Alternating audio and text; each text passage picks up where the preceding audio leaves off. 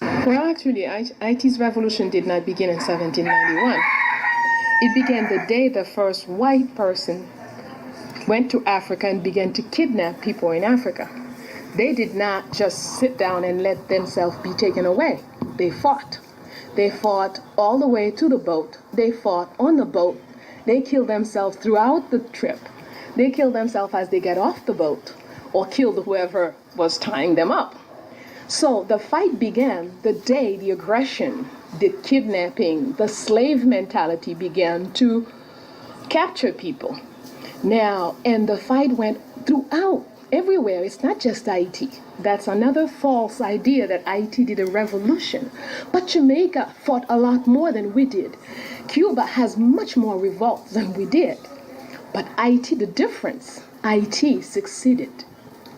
And that is what makes the difference. But all the islands in St. Thomas, 3 women freed St. Thomas in 1773, took it away from the Dutch for almost a year before they were recaptured with the help of France and British Army. The Dutch put the island back into slavery and arrested the 3 women.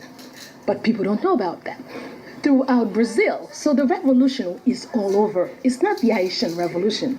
The Haitian revolution is just one tip of the revolution against slavery that went throughout the world and received its first major success in Haiti. British, Portuguese, Spanish, and French colonizers, we were taught that anything that challenged their power was of the devil. Slaves were taught to be obedient to their masters. We had no concept of the devil, a savior, hell, or servitude from the religious perspectives that were forced on us during and after slavery in the colonies. African religions throughout the diaspora were suppressed by law, renamed, mutated, and diluted through forced syncretization with white Christian and Catholic figures. In the instances where we challenged slavery and oppression through the use of what we could remember of our religion and rituals, we were on the brink of incredible success against those systems that would eventually label rebellions as the devil's work. This is a story about Tacky, an Akan king who was enslaved and brought to Jamaica. In 1760, Tacky and his brothers Kwa, Sang, Sobadu, Jati, and Kwanti gathered other slaves together and led them in taking an oath to one another to use their power to fight against slavery. Blood was taken from each member of the gathering and mixed with gunpowder and graveyard dirt, and this mixture, they shared, made them impervious to tools of warfare and ensured their success. If Tacky was the king of the rebellion, Akua was the queen.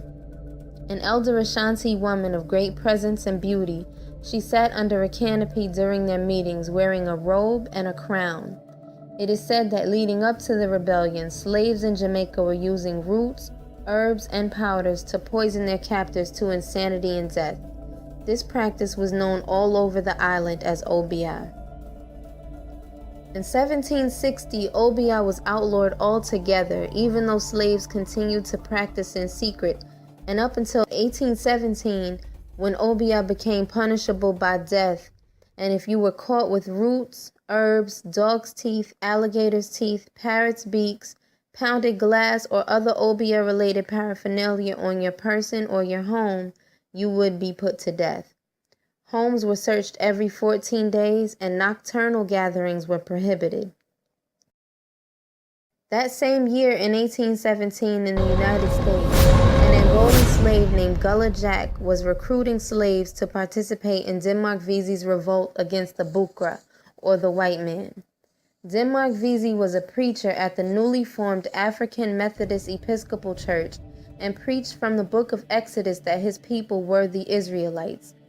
White Charleston, South Carolina residents routinely interrupted service and arrested members of the church.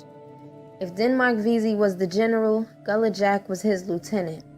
Gullah Jack employed similar tools as Tacky to instill courage in those involved in their well-planned plot, which involved taking over the state armory to arm slaves from rural areas and the local sea islands who would rise up and assist the others in revolt.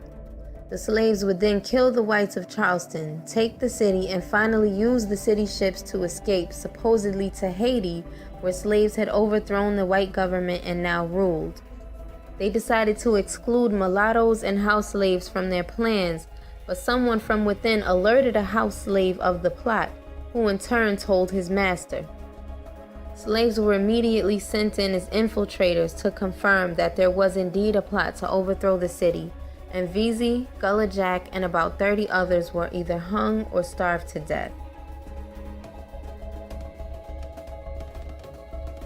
By the time Denmark Vesey and Gullah Jack had planned to escape to Haiti, by boat, the tiny island had been free from slavery for exactly 13 years. But back in 1759, a Hoongan named Makandal organized an elaborate plot to poison the slave masters of Haiti, their water supply, and their animals based on his extensive knowledge of plants, powders, and roots on the island. A house slave revealed this to his master, and hundreds were killed out of fear before the plan could actualize. 41 years later, though, Dutty Boukman, said to be a Jamaican Muslim, performed a ritual in Haiti, a freedom covenant that initiated the revolution in 1791. He and the priestess Cecile Fatiman led the ritual where Boukman prophesied who the leaders of the revolution would be, and an animal sacrifice was made, an oath was taken, and they exhorted listeners to cast aside the image of the god of the oppressors. 1 week later, 1,800 plantations had been destroyed and 1,000 slaveholders were killed. This ceremony became known by white slaveholding Christians as the Pact with the Devil that began the Haitian Revolution.